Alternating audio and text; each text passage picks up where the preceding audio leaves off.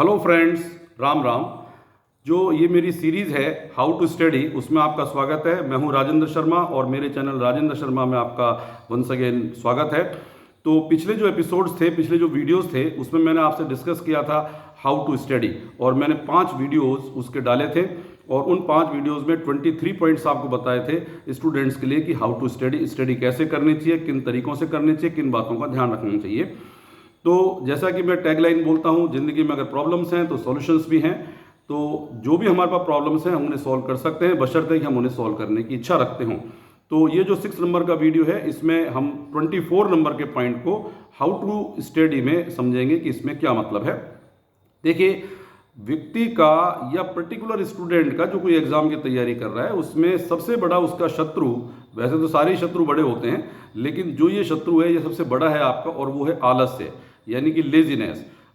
किसी भी पर्सन को किसी भी स्थिति में कहीं भी आलस्य शोभा नहीं देता है, और पर्टिकुलरली स्टूडेंट्स के लिए तो आलस्य बिल्कुल खराब चीज़ है।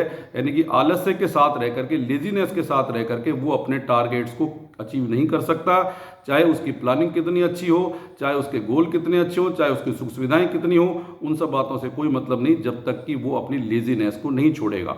तो उसको अपनी लेजीनेस को, आलस्य को छोड़ना पड़ेगा।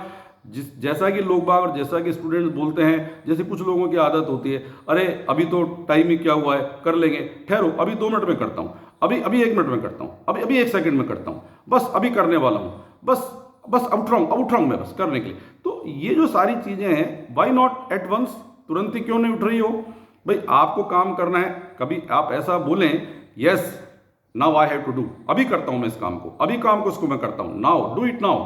तो वो सब टैगलाइन क्यों नहीं होनी चाहिए? ये क्यों होता है बार बार, अभी करता हूं, 1 मिनट में करता हूं, 1 घंटे में करता हूं, समथिंग। तो ये सब चीजें आपके केवल आलस्यपन को शो करता है, और ये शो करता है कि आप उस काम को टालम टोल कर रहे हैं, यानी उस काम को टाल रहे हैं, या आपको उस काम में इंटरेस्ट नहीं है। तो काम तो आपका ही है ना, गोल भी आपका ही है, अचीवमेंट भी आपका ही है। जब सपने आपके हैं तो फिर भाग्य को और दूसरे लोगों को दोष क्यों देते हो? सपने आपके हैं तो डेफिनेटली उनको फुलफिल करने के लिए मेहनत भी आपको ही करनी पड़ेगी, अचीवमेंट भी आपके ही होंगे। इसलिए बेटर है कि हम आलस्य को छोड़ें, लेजीनेस को छोड़ें, तुरंत हम उठें। और सबसे पहले जब सुबह उठते हैं, देखिए जब हम सुबह उठते हैं सो करके, तो डेफिनेटली सभी लोगों को सुस्ती रहती है और उनकी आंखों में नींद भरी रहती है।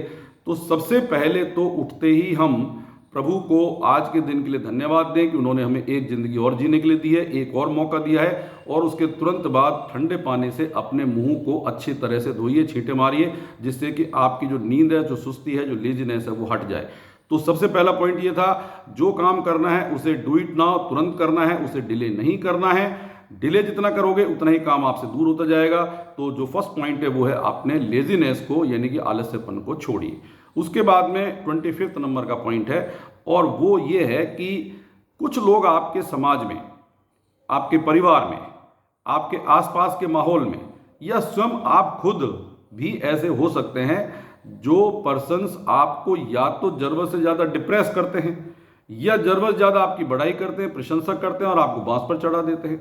दोनों तरह के ही लोग बाग आपके लिए और आपकी पर्सनैलिटी के लिए, आपके टारगेट के लिए नुकसानदायक हैं। वो व्यक्ति कोई भी हो सकता है, कितनी भी उम्र का हो सकता है, कितने पैसे वाला हो सकता है, कितने कामयाब इंसान हो सकता है, जिसके अपने बेटे बहुत अच्छी अच्छी पोस्ट पर हो, जिन्होंने बहुत अचीवमेंट किया हो। कोई भी पर्सन हो सकता है, इवन आप भी हो सकते हैं। आप खुद भी स्वयं को डिप्रेस कर सकते हैं, आपके घर में जो अदर पर्सन हैं वो डिप्रेस कर सकते हैं। देखिए, हर एक व्यक्ति आपको अपनी तरह से सलाह देगा, जैसा उसकी लाइफ में घटित है, जैसा उसने अचीवमेंट किए हैं, जहां जहां उसे डिफिकल्टीज रही हैं, वो आपको वहां पर वैसी ही सलाह देगा। किसी भी काम के लिए आपको, या फिर कुछ लोगों की नेचर ही ऐसी होती है कि वो हमेशा डिप्रेशन में रहते हैं, जहां जाते हैं वहां की निराशा जो वाली बातें उनको करते रहते हैं। अरे आपके बस की नहीं है, ना ना ना ना, अरे तुम्हारे नहीं बस की, तुम नहीं कर सकते। अरे जब उतने बड़े होशियार लड़के ने नहीं करा तो तुम्हारे कहाँ बस की होगा? अरे अरे छोड़ो रे, तुम्हारे कहाँ बस की है, तुम नहीं कर सकते इस काम को, तुम तो इस काम के बिल्कुल लायक ही नहीं हो, तुम तो छोड़ दो। अभी भी मेरा विचार है कि तुम ये काम को छोड़ दो, बेकार अपना टाइम और पैसा खराब कर रहे हो, तुम्हारे ये बस की नहीं है, तुम इसको कभी अचीव ही नहीं कर सकते, तुम्हारे जैसे कितने आए कितने चले गए। ये सारी जो बातें, सारे जुमले जो हैं वो लोग बाग कहते हैं, और आपको अपने व्यवहार से, क्योंकि खुद की उनकी पर्सनैलिटी ऐसी है, इसलिए आप उम्मीद मत करें कि आपको जो है बहुत ही वो एनकरेज करेंगे। लेकिन साथ ही जो जरूरत से ज़्यादा एनकरेज करने वाले हैं, दैट मीन्स बड़ाई करने वाले हैं, दैट मीन्स आपको बांस पे चढ़ाने वाले हैं, उनसे भी आप बच के रहिए। क्यों? क्योंकि आपकी झूठी प्रशंसा कर करके आपको वो ऐसा शो करते हैं जैसे कि आप ही सब कुछ है। तो बेटर है कि आप बीच का रास्ता देखिए, सुनो सबकी, जो भी बात है लोग बाग कह रहे हैं उनको सुनो और शालीनता से जो कोई जवाब देना हो कम शब्दों में उनको जवाब दीजिए। और बेटर तो यह है कि बिना जवाब दिए वहाँ से आप चले जाइए, ठीक है सर आप कह रहे हैं तो मैं इस बात का ध्यान रखूंगा। तो डिप्रेस करने वाले लोगों से, ज़रूरत ज़्यादा प्रशंसा करने वाले लोगों से हमेशा दूर रहें और ऐसे लोगों को ज़्यादा अपने नज़दीक ना आने दें। उन लोगों में कोई भी हो सकता है, इवन आप स्वयं भी हो सकते हैं। आप स्वयं भी खुद को डिप्रेस कर सकते हैं। बार बार हमारे मन में ख्याल आता है, अरे ये काम मैं कर रहा हूँ, ना ना ना मेरे बस की नहीं होगा, अरे इतना बड़ा टारगेट है, तो इतने बड़े टारगेट को एक साथ क्यों देख रहे हो? उसको छोटे छोटे एम्स में लेकर के देखो ना कि आज का मेरा काम क्या है, आज 1 घंटे का मेरा काम क्या है। Just you have to focus on only 1 hour. तो ये सारी बातें हैं जो पॉइंट नंबर 25 था। 26, फ्रेंड्स के साथ जब आप मिलते हैं तो नेचुरली आप अपने इंटरेस्ट की बातें और जो भी आपको अच्छी लगती हैं वो सब बातें करते हैं। आपके फ्रेंड्स भी हो सकता है जानबूझ करके आपको वो सब बातों में इंटरेस्ट दिलाते हैं जो आपके पसंदीदा फील्ड्स हैं। तो उनके साथ में हाय हेलो करने के बाद में 1-2 मिनट बैठने के बाद में आप अपने टॉपिक पर आ जाइए, अपने एम पर आ जाइए, अपने लक्ष्य से दूर मत जाइए। हो सकता है कि जो आपके फ्रेंड्स हों उनकी नेचर हो ऐसी कि वो ऐसे ही बात करते हैं, गपशप करते रहते हैं, टाइम किल करते हैं, या आज के कॉम्पिटिटिव टाइम में कुछ जानबूझ करके भी स्टूडेंट्स ऐसे होते हैं जो आपका टाइम किल करने आ जाते हैं। जब खुद के पास टाइम होता है तो चुपचाप पढ़ते रहते हैं और जैसे ही मौका मिलता है, जब देखते हैं कि भाई ये लड़का पढ़ रहा है तो उसको पढ़ने मत दो, और आकर के आपके साथ में बेकार की बात करेंगे।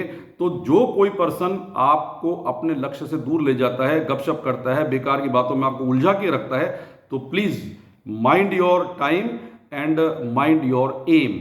बिना उसको आपको छोड़े आपको काम पे करना है और वो फ्रेंड्स को नाराज भी नहीं करना है, यानी कि कोई गलत शब्द भी नहीं बोलना है। एक चुप 100 को हराए, आप उनकी बात को सुन लीजिए और फिर अपने टॉपिक की बात करिए, तो नेचुरली वो समझ जाएगा कि आप इंटरेस्ट नहीं ले रहे हैं ऐसी बात में। नेक्स्ट 27 नंबर का पॉइंट है कि पढ़ने में मन लगाइए। पूरे मन से, पूरे कॉन्सेंट्रेट से आप पढ़ने की कोशिश करें। इंटरेस्ट नहीं आ रहा है तो इंटरेस्ट डेवलप करने की कोशिश करें। चूंकि सपने आपके हैं तो नेचुरली काम भी आपको ही करना पड़ेगा, मेहनत भी आपको करनी पड़ेगी। या तो इंटरेस्ट क्रिएट करिए, और इंटरेस्ट क्रिएट नहीं हो रहा है तो कोई ऐसी चीज़ों को ढूंढिए जो आपको उस सब्जेक्ट में इंटरेस्ट दिलाए। तो पढ़ते समय पूरा मन, पूरा कंसंट्रेशन, पूरा ध्यान आपका अपनी स्टडी पर होना चाहिए, और ऐसी कोई चीज़ जो आपको आपके लक्ष्य से दूर ले जाती है उससे दूर हटिए। पूरे मन से, पूरे ध्यान से, पूरे दिमाग से एकाग्रचित होकर के आप पढ़ने में ध्यान दीजिए, क्योंकि वो आपकी लाइफ है, वो आपकी ज़िंदगी है।